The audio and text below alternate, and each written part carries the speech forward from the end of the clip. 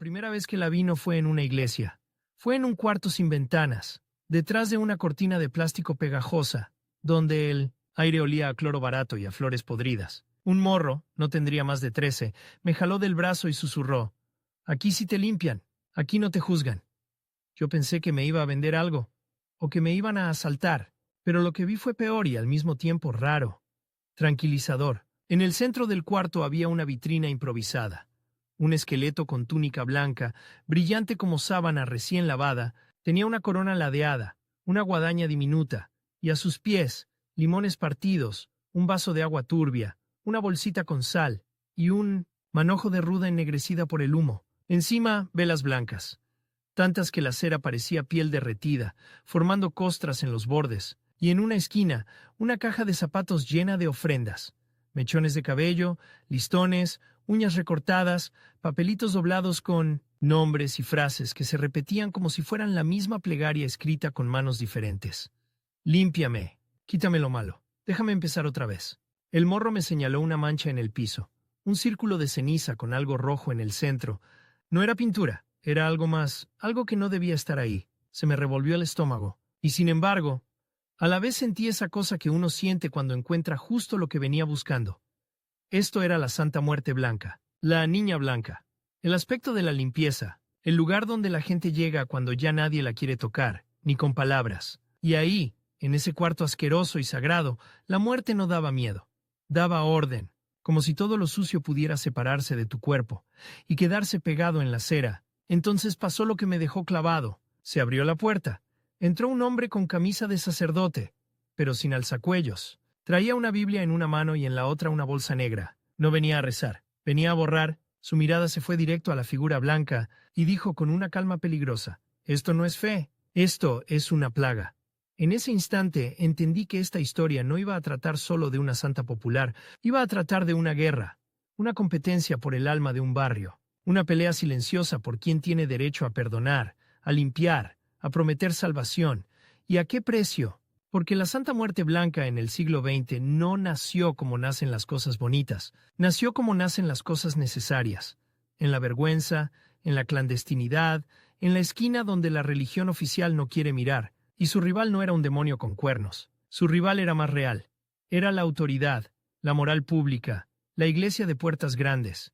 Y también otros santos que ya tenían altar, parroquia y permiso. Y aún así, ella se fue abriendo paso, despacio, como el humo, como el moho, como una verdad que no se puede barrer. La historia empieza antes de ese cuarto, antes de Tepito, antes de las veladoras y los listones. Empieza en una idea que viaja escondida por siglos, pegada a la piel de la gente como un amuleto maldito, porque en México desde mucho antes del siglo XX la muerte no es una extraña. La muerte aquí se sienta a la mesa, aquí se le canta, aquí se le hace burla para que no te trague completo. Pero hay una diferencia enorme entre convivir con la muerte y rezarle. La Santa Muerte como figura fue una semilla enterrada en silencio. Había rumores viejos, esqueletos venerados en sombras, rezos que no se decían en voz alta, promesas que se hacían con la boca chiquita. No era algo que se anunciara, era algo que se heredaba como se heredan los secretos, con miedo y con fe al mismo tiempo. Y entonces llegó el siglo XX, y con él una ciudad que creció como bestia hambrienta. Barrios apretados, vecindades, mercados, calles, donde la vida se vendía por kilo. La pobreza no era una tragedia aislada. Era el paisaje, y la violencia, la de la calle, la del hogar, la del uniforme, la de así te tocó, se volvió rutina. En ese ambiente la fe bonita, la fe limpia, la fe de vitral, no alcanzaba para todos. La gente necesitaba otra cosa. Necesitaba una santa que no hiciera preguntas, una santa que no pidiera papeles, una santa que no se escandalizara con tu pasado, una santa que entendiera a los que viven al filo, el que trabaja de noche, la que cruza sola, el que duerme con un ojo abierto, la que trae moretones bajo la manga, el que carga culpa como costal mojado. Y ahí entra la Niña Blanca. Pero ojo, la Santa Muerte no es una sola cara. En la devoción popular, sus colores importan como si fueran estados del alma. La blanca no es la más bonita ni la más suave. Es la que se usa cuando alguien siente que trae algo pegado. Mala suerte, envidia, enfermedad, vicios, mal de ojo, un susto, una racha. O una culpa que no se quita ni con confesión. La blanca es limpieza, sí, pero también es reinicio. Y reiniciar en un barrio suele doler. En los años donde la ciudad se transformaba a golpes, décadas de migración interna, crisis económicas, promesas políticas rotas, hubo una especie de infancia para esta figura. Una vida de pasillo, de altar escondido, de rezos murmullados. No era todavía un símbolo masivo. Era una presencia íntima, casi doméstica. Imagínate una vecindad.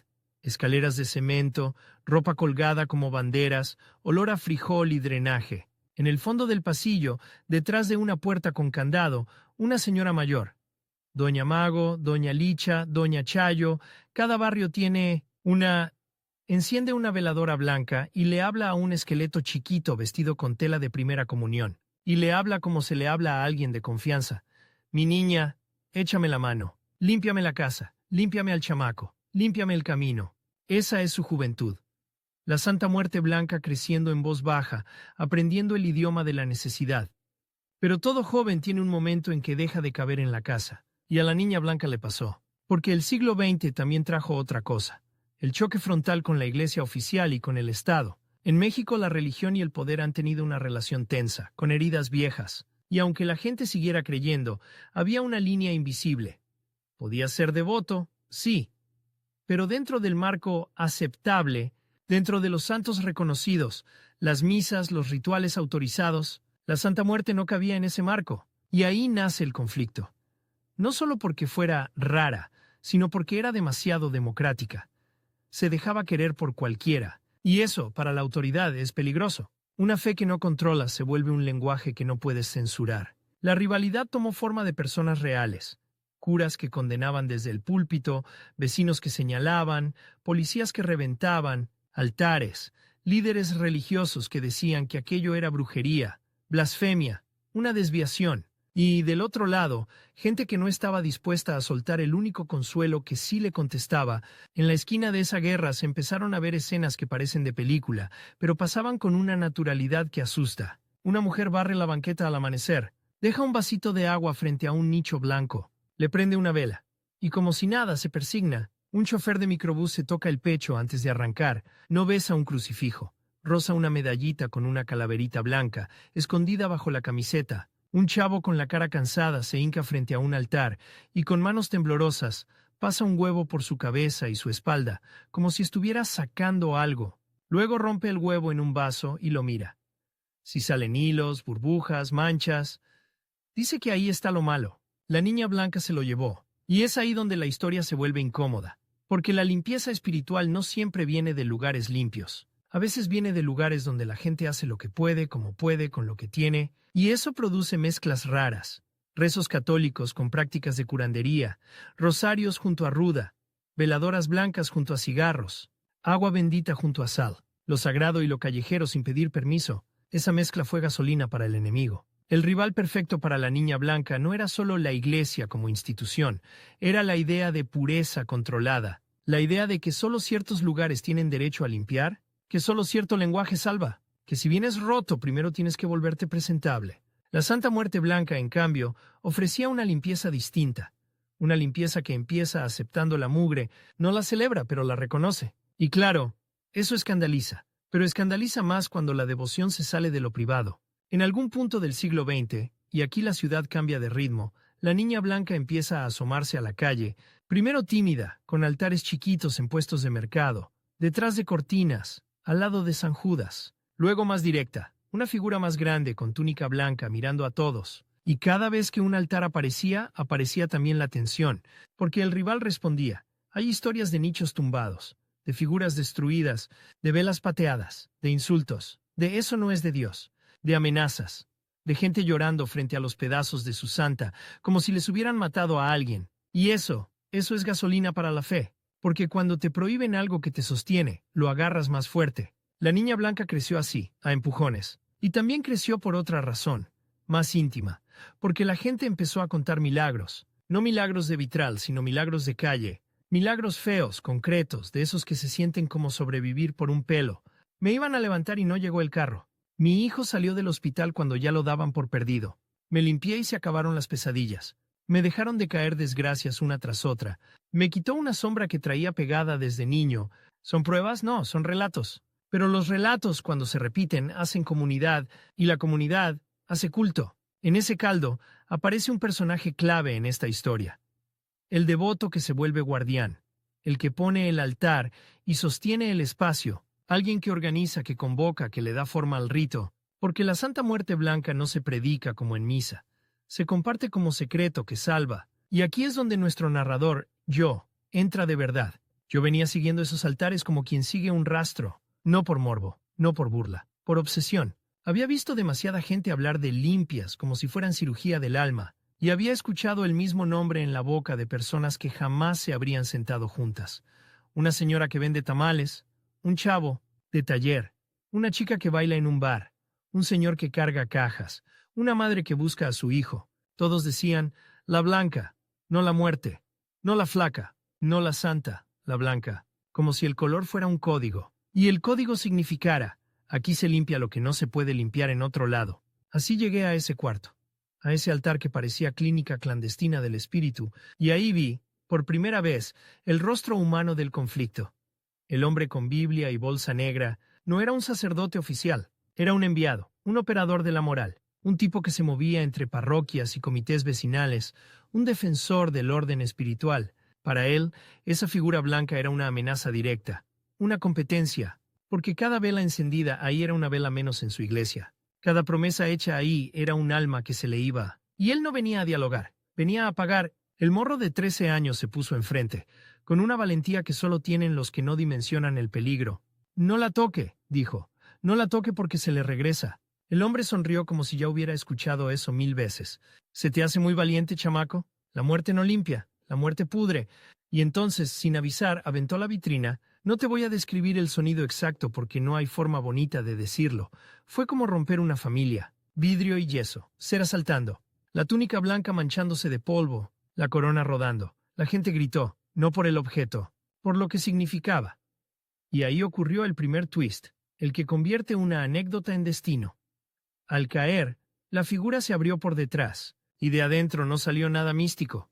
Salió un papel doblado, escondido, protegido por cinta, un papel escrito a mano, con una letra vieja, temblorosa, como de alguien que aprendió a escribir tarde. El morro lo recogió antes que yo. Lo leyó sin entender al principio, y luego se le cambió la cara. Me lo enseñó. Era una lista de nombres, nombres de personas del barrio, y al lado una sola palabra repetida. Limpia, limpia, limpia, como si el altar no fuera solo un altar, sino un archivo, un registro, una red. El enemigo no estaba tumbando una estatua, estaba tumbando una forma de organizar esperanza. Y eso, en un barrio, se paga caro. El hombre de la bolsa negra vio el papel y por primera vez perdió la calma. Sus ojos hicieron cuentas. Se dio cuenta de que aquello era más grande que un cultito raro. Era movimiento, era influencia, era competencia real. Metió la mano en la bolsa negra y sacó algo que no era Biblia ni crucifijo. Y ahí el cuarto se quedó sin aire. Yo pensé, aquí se acaba esto. Aquí se vuelve nota roja. Pero el morro, otra vez el morro, hizo algo que nadie esperaba. Se hincó frente a los pedazos de la túnica blanca, juntó un puñado de cera sucia y ceniza, y se la untó en la frente como si fuera ceniza de miércoles santo. Luego miró al hombre y dijo, «Usted puede romperla, pero no puede desromper lo que ya nos quitó de encima». Esa frase se me quedó clavada, porque la Santa Muerte Blanca, más que una figura, era un servicio. El servicio de quitar miedo, quitar mala racha, quitar culpas, quitar sombras, quitar lo que te pega y no te suelta. Y cuando un servicio así aparece, siempre aparece un competidor que quiere cerrarlo, cobrarlo, controlarlo o destruirlo. El hombre dio un paso. Y entonces escuchamos sirenas cerca. No eran para él, no eran para nosotros, eran de la calle, como siempre. Pero en ese instante sonaron como advertencia. El enemigo guardó lo que había sacado. Miró a todos, uno por uno, como memorizándonos, y soltó una promesa suave, venenosa. Esto se va a acabar, por las buenas o por las malas. Se fue. El cuarto quedó hecho un desastre. La gente empezó a recoger pedazos, a enderezar velas, a limpiar el polvo como si estuvieran curando a alguien. Y yo, con el corazón acelerado, entendí que el origen de la Niña Blanca en el siglo XX no se cuenta con fechas y documentos, se cuenta con escenas como esta. Clandestinas, sucias, humanas, donde la fe se defiende con las manos, porque la infancia y juventud de esta devoción fueron así. Escondida, perseguida, creciendo en pasillos y mercados, mientras el rival, la autoridad religiosa y moral, le declaraba guerra, y lo peor, o lo más fascinante, es que esto apenas era el inicio, porque cuando la Santa Muerte Blanca deja de ser un secreto y empieza a ser pública, la limpieza deja de ser solo espiritual. Se convierte en poder, en territorio, en identidad.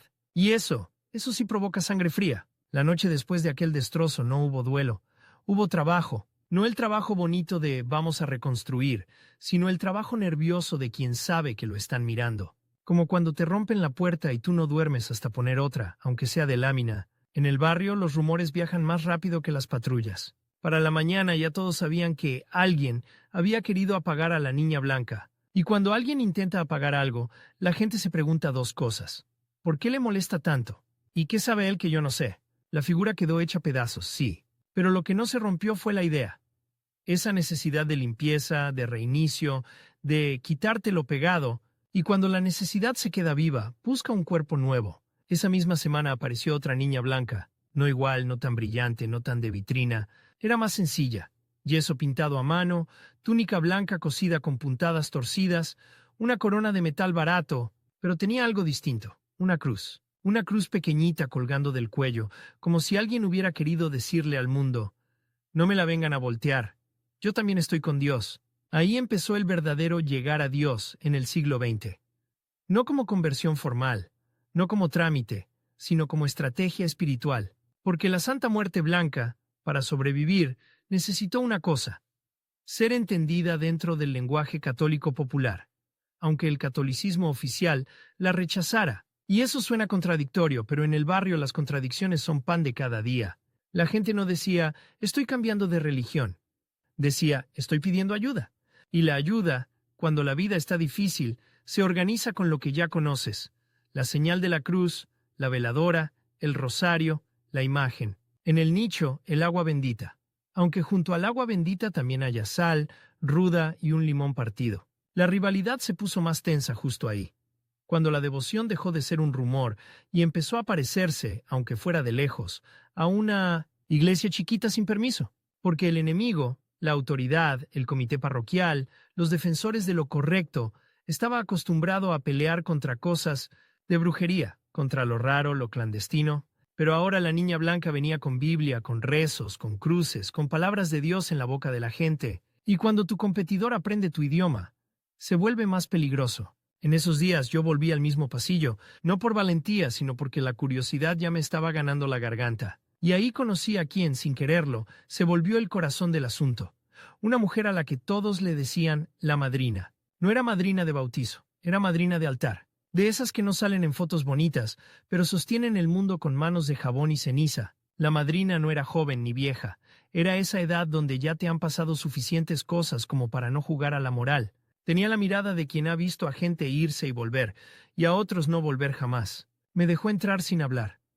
En su casa, el altar ya no estaba escondido en un cuarto. Estaba en la sala, como si fuera un miembro de la familia. La niña blanca ocupaba un lugar que, en otra casa, sería para la Virgen o el Sagrado Corazón. Y a su lado había dos cosas que me sacudieron por lo normal que se veían juntas: un rosario y un frasco de alcohol. ¿Para qué el alcohol?, pregunté. La madrina ni me miró. Para limpiar, para desinfectar, para prender la vela cuando no quiere, para cuando te tiemblan las manos y aún así tienes que seguir. Esa frase otra vez me cayó como piedra. Aún así tienes que seguir. Ese es el lema no oficial de Medio México. Me senté. Ella encendió una veladora blanca y empezó a hablarle a la figura, pero no como quien habla con un demonio ni con una deidad rara. Le hablaba como quien habla con una trabajadora del cielo. Niña, mira nomás cómo está el barrio. Mira lo que andan sembrando. Mira cómo andan los chamacos. Y luego, sin cambiar el tono, añadió, por la sangre de Cristo, límpianos. Ahí lo entendí. En la mente de mucha gente, la Santa Muerte Blanca no competía con Dios. Era una herramienta de Dios. Un instrumento duro, sí, incómodo, sí, pero instrumento. La madrina me explicó su lógica sin ponerse filosófica, como se explica la receta de un caldo. Dios está arriba, muy arriba, y la iglesia, pues, está ocupada. Pero la niña camina aquí abajo, en la calle, en la esquina, y ella sí entra donde los otros no entran. Ella no se asusta. ¿Y por qué blanca?, pregunté. Ahora sí me miró, como si esa pregunta fuera de examen. Porque blanco es limpio, pero también porque el blanco muestra la mancha. Si tú quieres mentir, te pide otra cosa. Si quieres que se vea la mugre, Prende Blanco. Ese llegar a Dios fue así, con la idea de que la niña blanca no te tapa el pecado, no te maquilla la culpa, te la muestra para que puedas arrancártela. Y justo por eso, la gente la empezó a usar para limpias, para protección, para cortar envidias, para quitar trabajos. No lo decían, con vergüenza, lo decían como se habla de una enfermedad. Y sobre todo, para empezar de nuevo cuando ya no te quedaban puertas. Pero donde hay reinicio hay algo más. Control. Porque quien te promete limpiar también te puede prometer manchar. Si no obedeces, ahí apareció la sombra, el lado que la iglesia oficial siempre señalaba y que a veces, hay que decirlo, sí existe.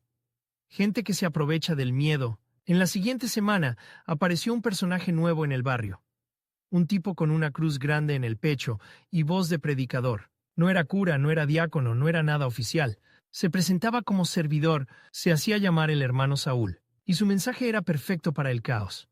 Yo sé cómo limpiar de verdad. Yo sí tengo el método. Yo sí tengo la palabra. Cobraba. No lo anunciaba como cobro, claro. Lo llamaba donativo.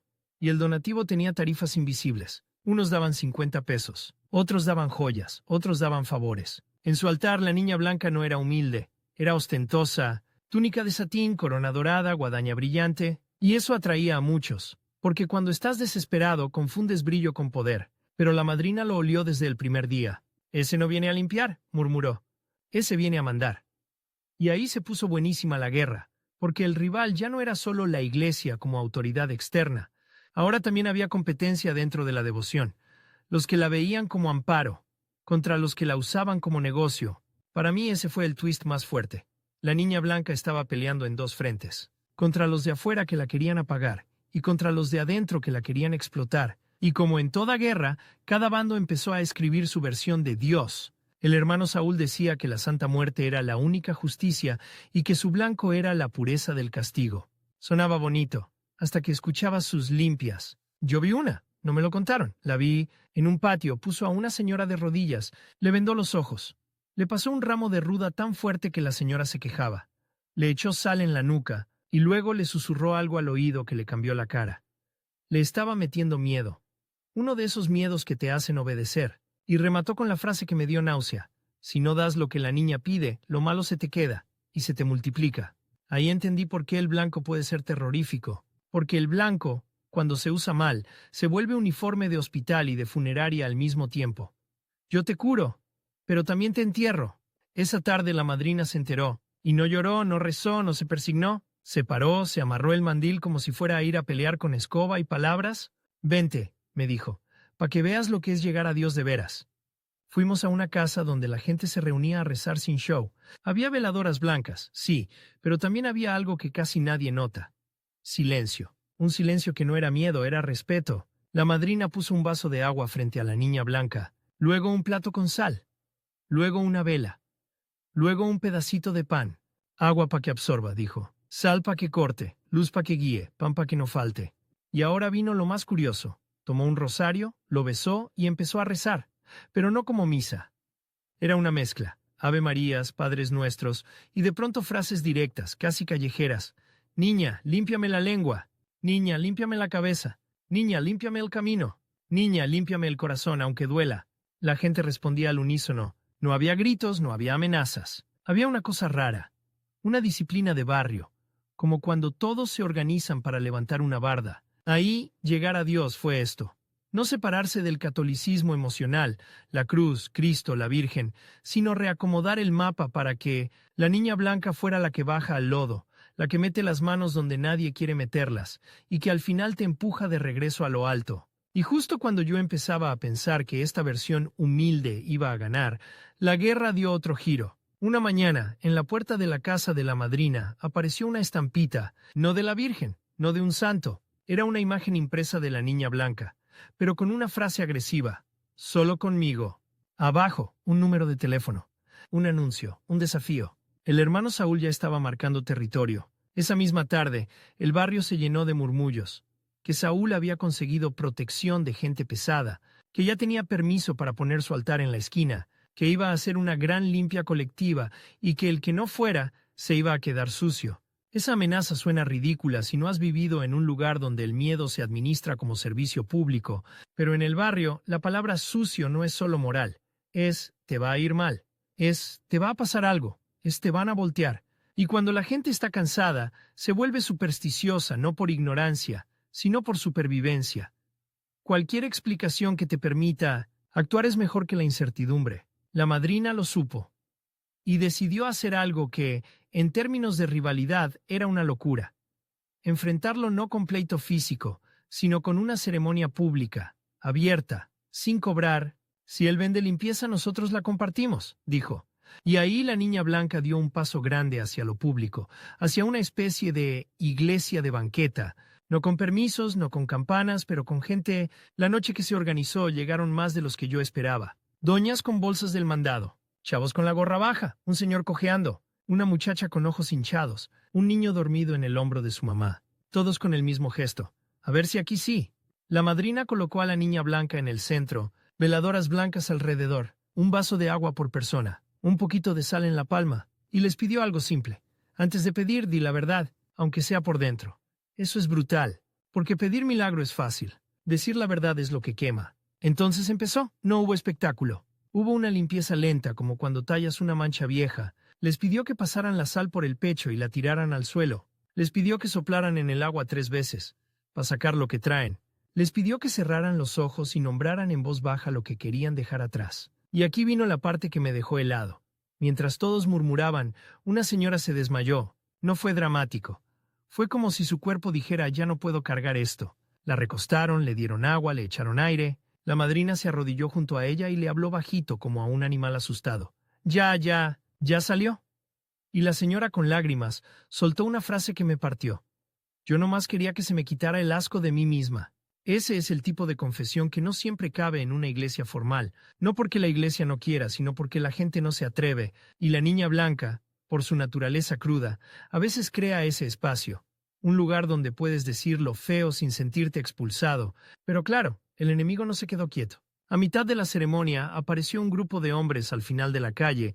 No venían a rezar, venían a medir, venían a intimidar, y al frente venía el mismo tipo de camisa de sacerdote sin alzacuellos que yo había visto antes. El operador de la moral. Esta vez no traía bolsa negra visible, pero traía algo peor. Gente se acercó a la banqueta, miró la figura blanca, miró las veladoras, miró a las familias, y dijo fuerte para que todos escucharan, ¿esto es su Dios? ¿Una calavera vestida de novia? ¿Eso es limpieza? ¿Esto es idolatría? ¿Esto es engaño? La madrina no gritó, no se alteró, solo respondió con la misma serenidad dura. Mi Dios está arriba, pero mis problemas están aquí abajo. Y usted nunca viene cuando nos hace falta. Uf, la gente murmuró. Algunos se persignaron, otros bajaron la mirada. El hombre sonrió como quien ya tiene el plan. Les voy a dar una oportunidad, dijo. Apaguen esto, y mañana los recibimos en la parroquia, con confesión, con guía, como debe ser.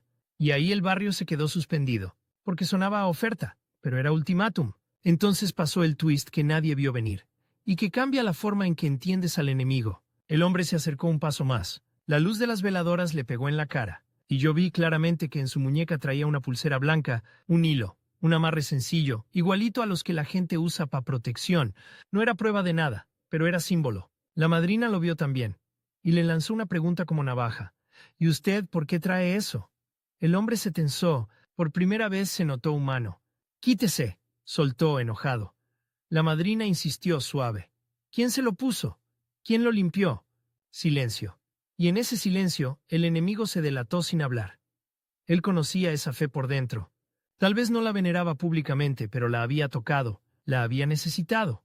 Como tantos que la condenan y, cuando se quedan solos, le prenden una vela no más por si acaso. Ese fue el segundo gran llegar a Dios de la niña blanca. Cuando la devoción dejó de ser de los marginados y empezó a colarse, vergonzosa, en manos de los que se creen limpios. Porque nadie es tan puro cuando le tiembla la vida. El hombre retrocedió y cambió la estrategia. Ya no discutió teología, atacó con lo que duele. ¿Cuánto les cobra? Le gritó a la madrina señalándola, intentando ponerla al nivel del hermano Saúl. La madrina levantó las manos vacías. ¿Cobrar? ¿De qué? ¿De la fe? No, señor. Aquí el que trae, trae. El que no, no. La niña no es negocio. El negocio es el miedo que ustedes venden. Ahí la tensión subió como gasolina prendida. Los hombres del fondo avanzaron 2 pasos. La gente se apretó. Yo pensé que iba a tronar, y entonces desde la esquina se escuchó una carcajada. Una carcajada que no venía de un borracho ni de un niño. Venía de alguien que estaba disfrutando el caos. Era el hermano Saúl. Apareció como actor entrando en escena, con su cruz grande, su sonrisa de «yo gano siempre» y su voz de predicador. ¡Qué bonito! Ya se juntaron los santos. Y ahí entendimos el juego completo. Saúl no quería solo devotos. Quería monopolio. Quería que la autoridad religiosa oficial se peleara con la devoción humilde para que él, en medio, se vendiera como la única solución. Competencia clásica, divide y conquista. Saúl miró al hombre de la pulsera blanca y se burló. ¿Usted también quiere limpiar, padrino? Pues aquí se limpia en serio. Luego miró a la madrina. ¿Y usted, madrinita? Qué lástima. La fe sin dirección se vuelve chisme. La madrina lo miró sin miedo. La fe con ambición se vuelve trampa. ¡Pum! Y justo cuando parecía que se venía un choque directo, Saúl hizo algo maestro. Se hincó frente a la niña blanca y rezó en voz alta, con palabras que sonaban católicas, impecables. Padre nuestro. La gente por reflejo respondió.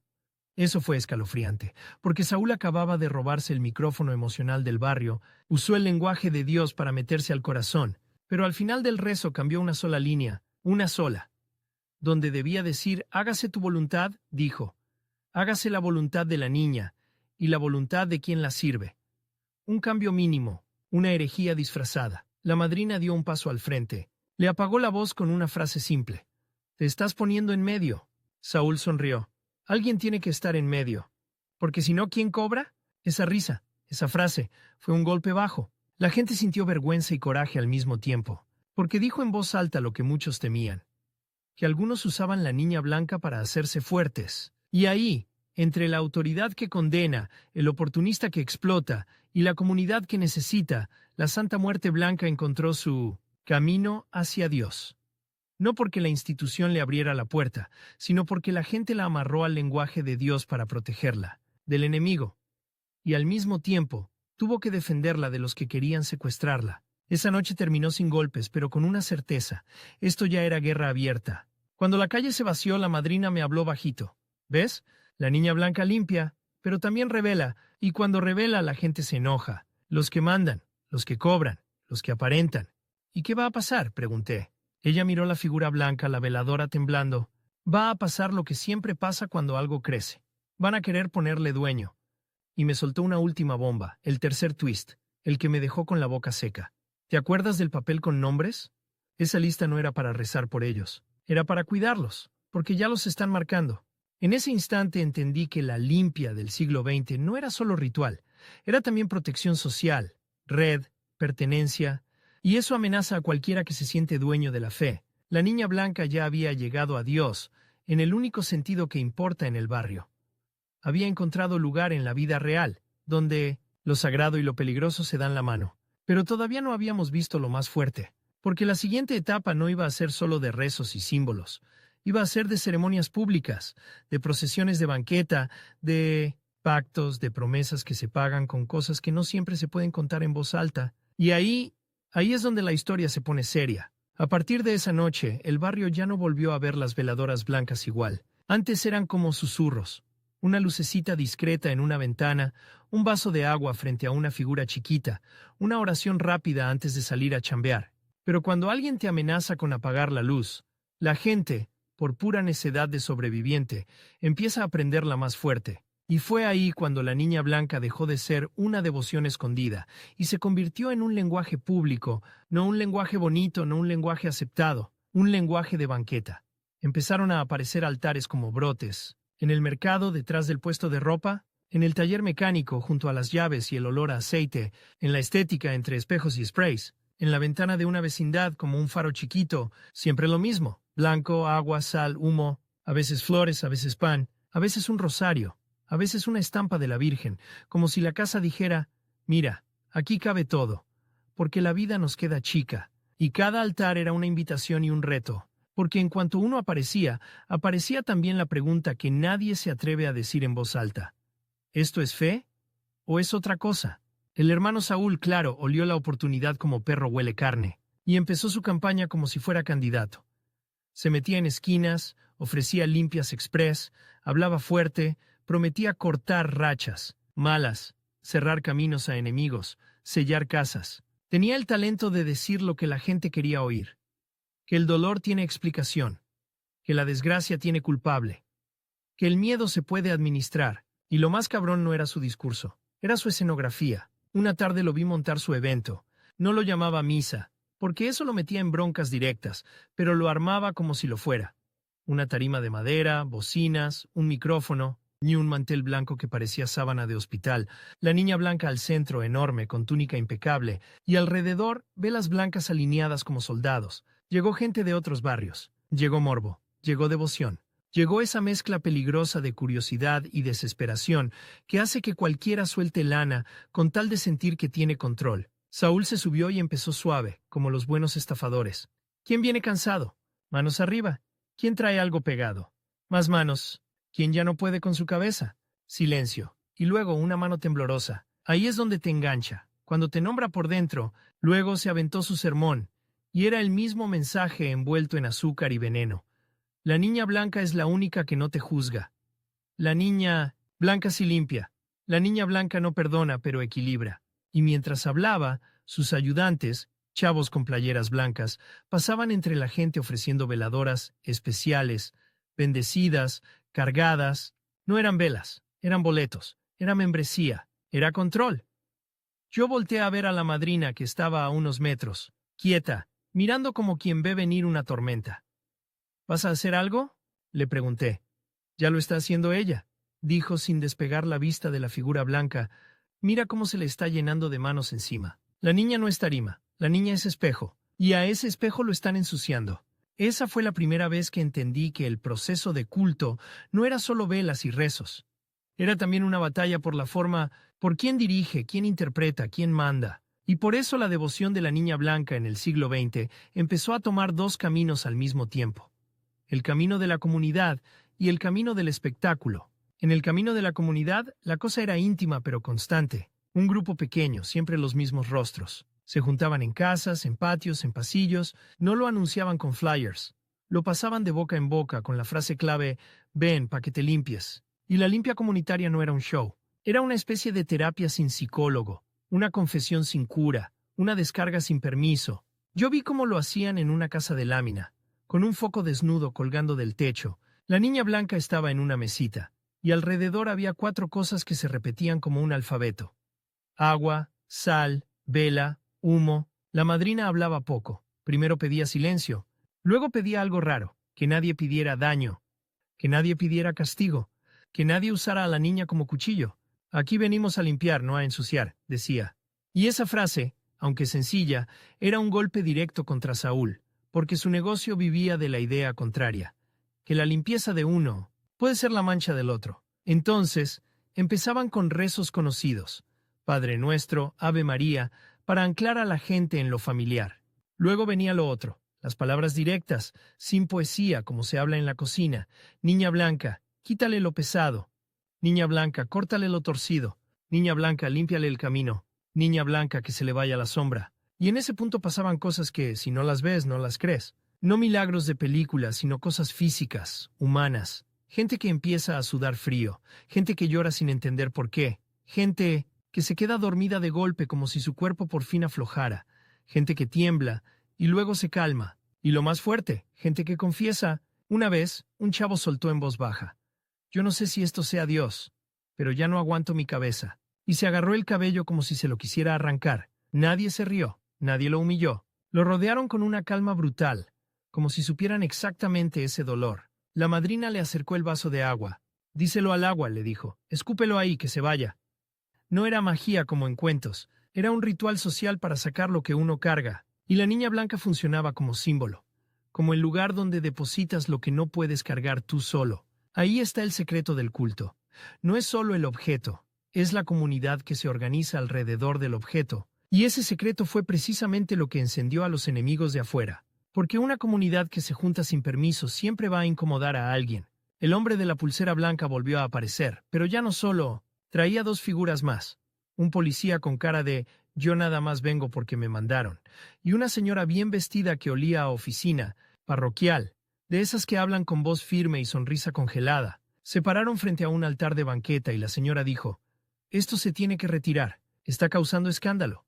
Escándalo. Esa palabra es comodín. Sirve para todo, para callar, para tapar, para controlar. Y cuando ella la dijo, el barrio entendió que esto ya venía con sello institucional. La madrina no se dejó, pero tampoco gritó, solo preguntó: ¿escándalo para quién? La señora señaló a la niña blanca como si señalara basura. Eso no es veneración legítima. Eso es superstición.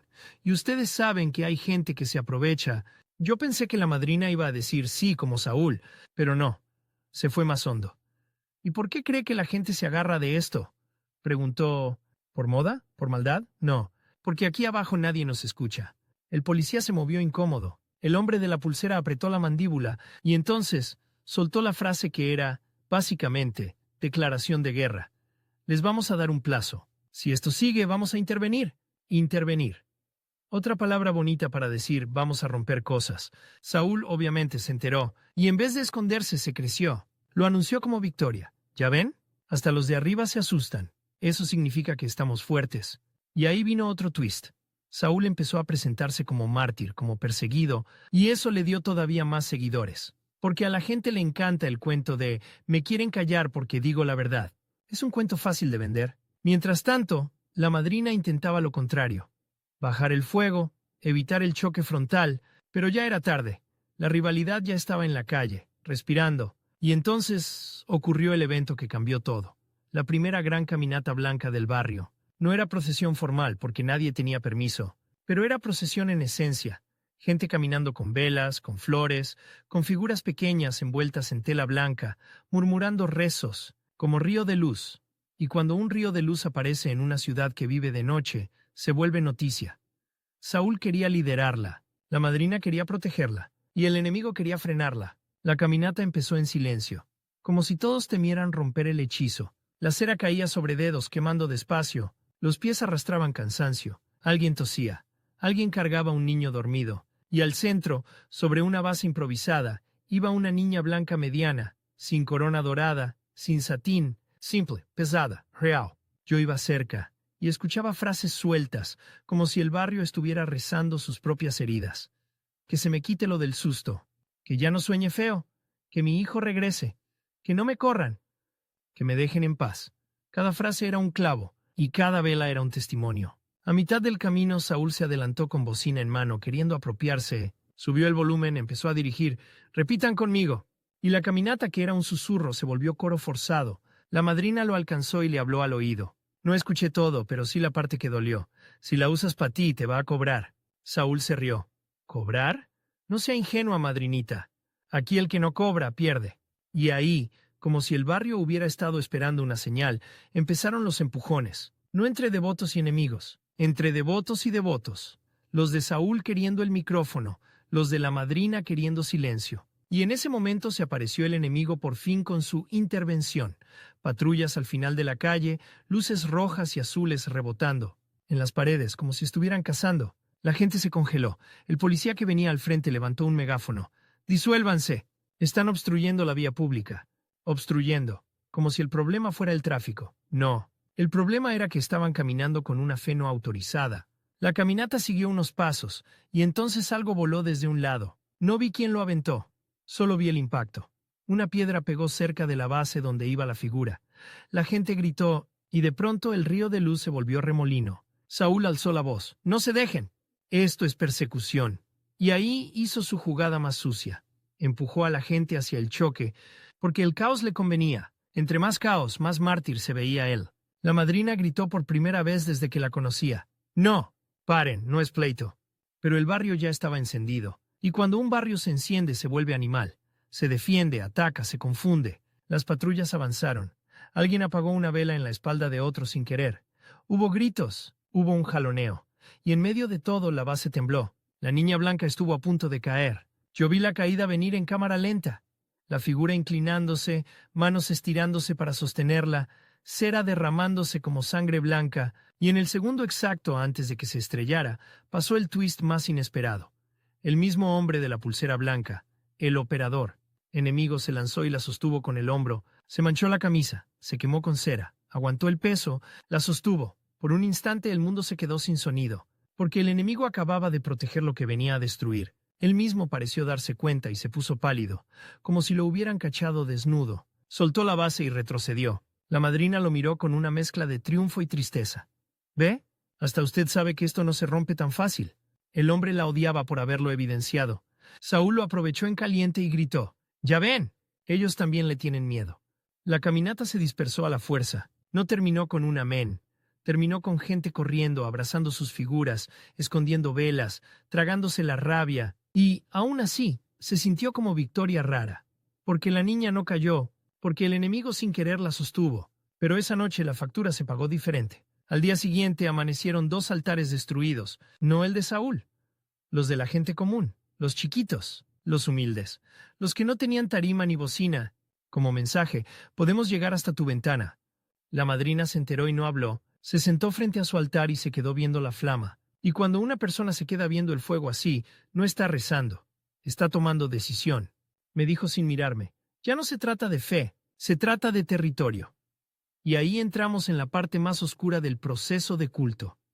Cuando la devoción se convierte en bandera, y la bandera se vuelve excusa para controlar gente. Saúl anunció una gran limpia blanca para sellar el barrio. Dijo que iba a cortar energías malas y que nadie podría tumbar los altares después. Pidió que llevaran dinero para material. Pidió que llevaran fotos de enemigos para quemarlas simbólicamente. Pidió que llevaran listones blancos para amarrarse la protección. La madrina, en cambio, hizo algo silencioso y peligroso. Reunió a los suyos y les dijo que no se metieran al show, que cuidaran a los niños, que cuidaran a los viejitos, que no se dejaran provocar, que la niña blanca no es candado para encerrar a otros, sino llave para salir. Y cuando dijo eso, soltó un pedazo de su pasado como confesión breve. «Yo también me equivoqué una vez», dijo. «Yo también creí en un servidor que hablaba bonito. Y por eso tengo esta cicatriz». Se levantó la manga. Tenía una marca vieja en el antebrazo, como quemadura. «Me la hice por miedo», admitió. «Por querer que alguien me garantizara paz. Y nadie te garantiza nada. Ni Dios, ni la niña. Nadie. Solo te acompañan». Esa frase era dinamita contra Saúl, porque Saúl vendía garantía, y aquí vino el golpe maestro del rival interno. Saúl se enteró de que la madrina tenía pasado, y lo usó para destruirla. Empezó a decir que ella no era pura, que estaba manchada, que su altar ya no limpiaba, que era envidiosa. El barrio, que a veces es cruel por deporte, empezó a murmurar. La madrina no respondió con chisme, respondió con acto. La noche de la gran limpia blanca de Saúl, ella hizo una limpia comunitaria en una casa pequeña. Sin anunciar, solo invitó a quien de verdad necesitaba. Y esa noche pasó algo que, te juro, parecía escrito por alguien con ganas de romperte el corazón. Llegó el morro de 13 años, el mismo del inicio. Venía pálido, los labios morados, los ojos como de alguien que no duerme. Traía en la mano un listón blanco, con el logo de Saúl impreso. «Me lo amarraron», dijo casi sin voz. «Dijeron que si me lo quito, se me regresa». Ese es el tipo de control que no se ve en fotos. El control por miedo, el control por superstición, el control por si no obedeces, te pasa algo. La madrina lo sentó, le sirvió agua, le quitó el listón con calma, como si le quitara una espina, y le dijo una cosa que lo desarmó. «Si la fe te asusta, no es fe, es jaula». El morro empezó a llorar, feo, con hipo, como se llora cuando te regresa la infancia de golpe. Y entonces soltó lo que de verdad traía, que Saúl le había pedido pruebas de devoción, que lo estaba jalando para su grupo, que lo andaban usando de mensajero, que lo tenían marcado. Ahí entendí la lista de nombres de la estatua rota. No era oración, era mapa de reclutamiento. Era quién está cerca, quién es vulnerable, quién no tiene quien lo cuide. Y mientras la madrina trataba de salvar a un chamaco de esa red, el enemigo externo ya había decidido su propia jugada. Al día siguiente, en la madrugada, hubo redada. No lo dijeron así, claro. Lo llamaron operativo. Se escucharon golpes en puertas, luces de linternas, voz de mando, vidrios, un nicho derribado, velas apagadas con botas, gente callada para no meterse en broncas, y el altar grande de Saúl, intacto. ¿Casualidad? No. Esa fue la revelación brutal del acto. Saúl no solo era rival de la madrina, era útil para el enemigo externo, porque una devoción controlada por un solo líder es más fácil de negociar, de vigilar, de manejar. Si vas a permitir algo incómodo, mejor que tenga un dueño con quien puedas hablar. Esa madrugada, la madrina me miró con una lucidez que daba miedo. «Ya lo viste», dijo. «Él no está peleando contra ellos. Está pactando. Y en ese punto, el culto dejó de ser solo ritual y se volvió historia de poder. El aspecto blanco, que era limpieza, se convirtió en máscara.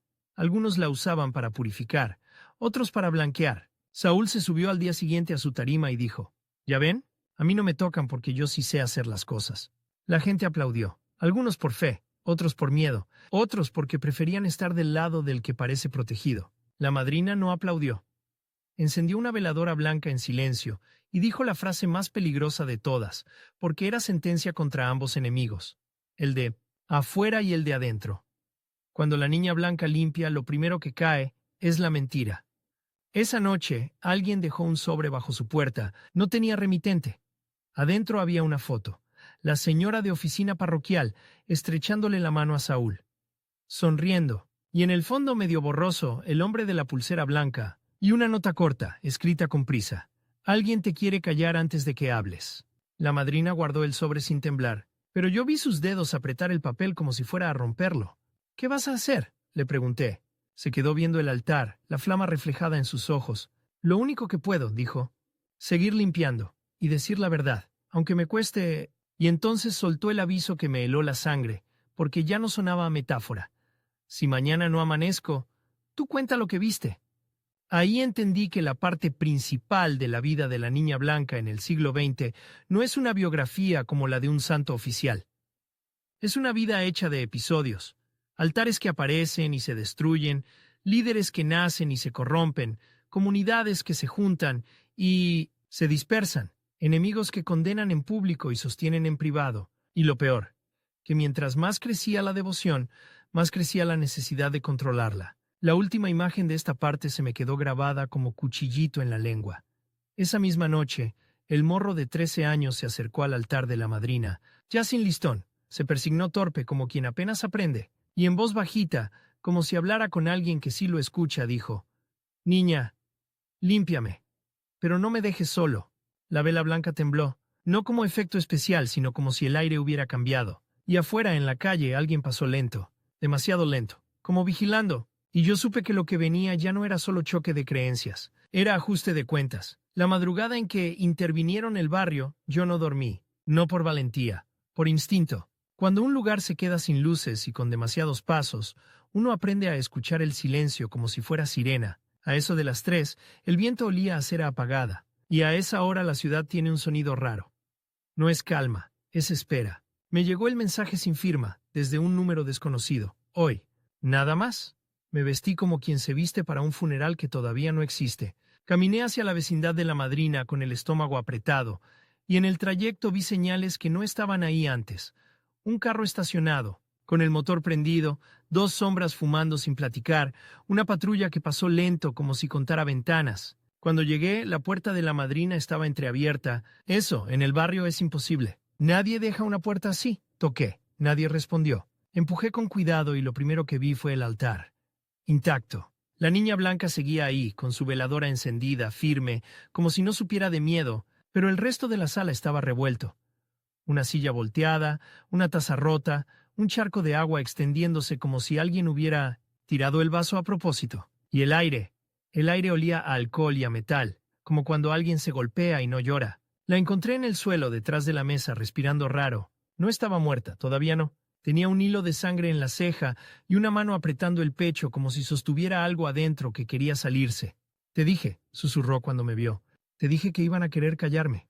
Me arrodillé junto a ella. Quise levantarla, pero me agarró la muñeca con una fuerza que no le conocía. «No», dijo, «primero escucha». Y ahí pasó lo más duro de esta historia. Cuando alguien sabe que tal vez no va a amanecer, deja de hablar bonito. Habla exacto. «Saúl», dijo, «Saúl no es nomás un vivo. Saúl es una puerta. Por ahí entra el miedo y por ahí entra el negocio». Se le fue el aire un segundo. Tragó saliva como si le costara, y el otro, añadió, y yo entendí que hablaba del hombre de la pulsera blanca. Ese sí cree. Pero cree con vergüenza, cree y odia creer. Por eso rompe. Quise preguntar quién le hizo esto, qué pasó, si llamó a alguien. Ella me apretó más la muñeca, como regañándome sin voz. Ya no es de preguntar, es de ver. Señaló con la barbilla hacia el altar. Diles esto. Diles que el blanco no es para presumir pureza. El blanco es para aceptar la mancha y arrancarla. Diles que la niña blanca limpia, pero no se deja usar. Se le humedecieron los ojos, pero no lloró. La madrina no lloraba. La madrina administraba dolor. ¿Y tú? Le pregunté. ¿Qué hago contigo? Por primera vez sonrió, chiquito, triste. Yo ya hice lo mío, dijo. A mí me tocó sostener el fuego. A otros les toca cargarlo. Entonces escuchamos pasos afuera. No muchos, los suficientes. Ella se tensó. Me jaló hacia ella para que escuchara muy bajito. Si te quedas, te hundes conmigo. Vete, pero no te vayas lejos, quédate mirando. Y eso hice. Salí por la puerta de atrás, me pegué a la pared del pasillo húmedo y vi 2 hombres entraron sin tocar. Uno de ellos era Saúl. Lo reconocí por la cruz grande, por su forma de caminar como dueño. El otro era el hombre de la pulsera blanca con su camisa de iglesia y su cara de piedra. No venían a rezar, venían a cerrar un capítulo. Saúl habló primero, con esa voz de vendedor de salvación. «Qué terquedad la suya, madrinita. ¿De veras pensó que podía quedarse con el barrio?» La madrina, tirada, levantó apenas la cabeza. «¿El barrio?», murmuró. «El barrio no es tuyo, Saúl, ni mío. El barrio es de los que aguantan». Saúl se rió, pero ya no era risa de tarima, era risa nerviosa. «No seas romántica», dijo. «La fe es poder, y el poder se organiza». El hombre de la pulsera blanca no dijo nada.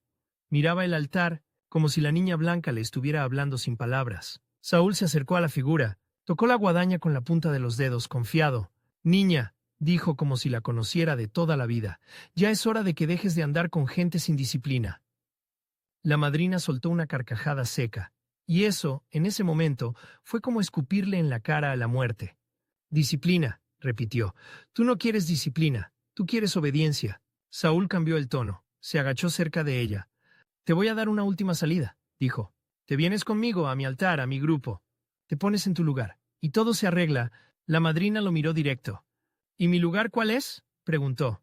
Saúl sonrió. «Donde yo diga». Y ahí, sin gritar, sin drama, la madrina dijo la frase que le firmó la sentencia. «Entonces no es Dios, eres tú». Silencio. El hombre de la pulsera blanca por fin habló, y su voz sonó cansada, como si llevara años tragándose algo. «Esto ya se salió», dijo. «Ya hay demasiada gente mirando». Saúl chasqueó la lengua, pues por eso hay que cerrar bocas. Yo sentí un frío que no era de clima, era de entendimiento, porque ahí estaba la verdad. No era una pelea religiosa, era una pelea por control, por reputación, por negocio, por orden. Y el altar era solo el escenario. El hombre de la pulsera dio un paso hacia la madrina, pero se detuvo. Miró otra vez a la niña blanca. Le tembló una mano, no de miedo, de culpa. «¿Qué traes?», le soltó Saúl molesto. «Tú venías bien». El hombre tragó saliva, y entonces, como si el blanco le estuviera arrancando la máscara, dijo: «Mi madre». Le prendía vela. Saúl se volteó sorprendido. «¿Qué?». «Mi madre», repitió el hombre bajito. «Cuando mi padre la golpeaba, ella ponía agua, sal y vela blanca. Y decía que la niña la limpiaba para no volverse loca». Saúl se quedó quieto. Ese tipo de confesión es veneno para un manipulador, porque humaniza lo que él quiere convertir en herramienta. La madrina aprovechó el hueco. «¿Ves?», susurró. «Por eso no puedes destruirla, porque tú también eres de los que necesitó limpieza». Saúl estalló. «¡Ya! Basta de telenovela». Se acercó al altar y, con rabia, intentó apagar la veladora blanca con la palma. «Se quemó», gritó. Y ese grito fue el quiebre, porque por primera vez Saúl se vio como lo que era. Un hombre cualquiera jugando a ser dueño del misterio. El hombre de la pulsera blanca lo miró con asco. «Eres un pendejo», dijo sin levantar la voz. Saúl lo volteó a ver, rojo de coraje. «¿Qué me dijiste?». El hombre señaló su mano quemada. «Ni siquiera sabes tocarla», dijo. «Nomás la usas». Saúl se acercó a él, pecho con pecho. «¿A poco te vas a poner del lado de esta vieja?». El hombre dudó. Y en esa duda cabía todo: su trabajo, su misión, su reputación y su infancia. La madrina, apenas respirando, remató: «Si te da vergüenza creer, cree de todos modos, pero no dejes que éste te use». Y entonces pasó el último twist, el que define el final de esta historia. El hombre de la pulsera blanca se volteó hacia Saúl y le dijo con una calma que daba miedo: «Se acabó». Saúl se rió, pero ya era risa quebrada. «¿Se acabó qué? ¿Tu sermón? ¿Tu cul?». No terminó la frase, porque el hombre lo empujó contra la pared. No fue golpe de película, fue empujón de adulto cansado. «Te creíste intocable», dijo el hombre. «Porque te dejaban, porque convenías, pero ya hiciste demasiado ruido». Saúl lo miró con ojos de animal arrinconado. «¿Y tú qué vas a hacer?», escupió. «¿Salvar a la madrinita? ¿Salvar a la calavera?». El hombre respiró hondo y dijo algo que no sonaba a héroe, sino a castigo propio. Voy a limpiar mi mierda. Saúl se quedó helado. Porque en su mundo nadie admite culpa. La culpa es debilidad. Pero el blanco te obliga a verla. Yo no vi el resto. No porque me fuera, sino porque alguien salió al pasillo y tuve que esconderme. Escuché voces, escuché un golpe seco, escuché un objeto caer, luego pasos rápidos. Cuando por fin me asomé, la puerta de la casa estaba cerrada, como si nunca hubiera pasado nada. Entré. La madrina seguía ahí, viva, apenas. El hombre de la pulsera ya no estaba. Y Saúl tampoco. La madrina me miró con una claridad rara, como si ya estuviera en otro lado. ¿Se fue?, murmuró. Sí, dije. Ella soltó aire, una especie de risa sin fuerza. Te dije, susurró. El blanco revela, quise llamar ambulancia, policía, lo que fuera, pero ella negó con la cabeza. No, dijo, no les des mi cuerpo, que se lo quede el barrio, y con la mano temblorosa señaló el altar. Prométeme algo, pidió. Lo que sea, que no la vuelvan dueño, dijo. Ni la iglesia, ni Saúl, ni nadie, que la niña sea de quien la necesita, no de quien la vende. Yo asentí, y ahí, por primera vez, sentí ganas de llorar. Pero me tragué el llanto como se traga el grito cuando no conviene. La madrina cerró los ojos un segundo. ¿Sabes por qué la gente la honra?, preguntó casi sin voz. No por la muerte, por la verdad.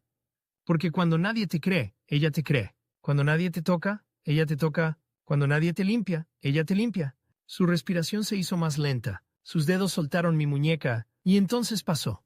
Su cuerpo aflojó como si por fin dejara de pelear. No hubo trueno, no hubo música. Solo la veladora blanca temblando. Afuera, el barrio despertaba como siempre. Un grito de vendedor, una cubeta arrastrándose, una radio encendiéndose con canción vieja, pero adentro se había ido una guardiana. Esa misma mañana, el rumor explotó. A la madrina la apagaron. Unos decían que fue la autoridad, otros que fue Saúl, otros que fue la vida, pero nadie decía el nombre del hombre de la pulsera blanca, porque nadie lo tenía completo. Era sombra con camisa. ¿Y Saúl?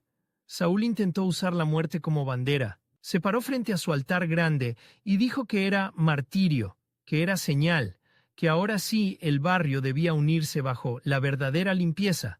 Pero el barrio ya había olido algo. Porque cuando alguien muere sosteniendo una fe sin cobrar, sin tarima, sin show, se vuelve espejo, y el espejo te obliga a comparar. Empezaron a preguntarse, ¿por qué a Saúl nunca le tumban el altar? ¿Por qué él siempre sabe antes? ¿Por qué la policía lo saluda? Y cuando el barrio se hace preguntas, el poder tiembla. La cosa no se resolvió con un juicio, ni con una confesión oficial. Se resolvió como se resuelven muchas cosas en México. Con retirada lenta y vergonzosa, Saúl de pronto empezó a perder gente, no porque la gente se volviera santa, sino porque la gente se cansó de pagar miedo. Su tarima se quedó con huecos, sus velas especiales se quedaron en cajas, y una noche sin anuncio su altar amaneció apagado, no destruido, apagado. Como si alguien le hubiera quitado el oxígeno.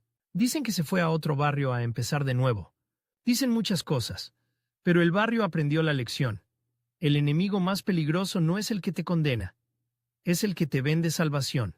Y la niña blanca, en cambio, siguió. No se volvió oficial, no recibió permiso, no tuvo parroquia.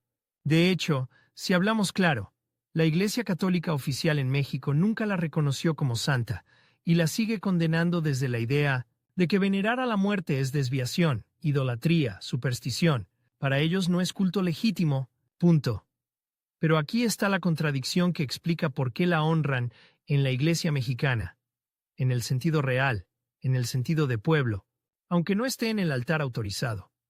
Porque la Iglesia de México no es solo la institución.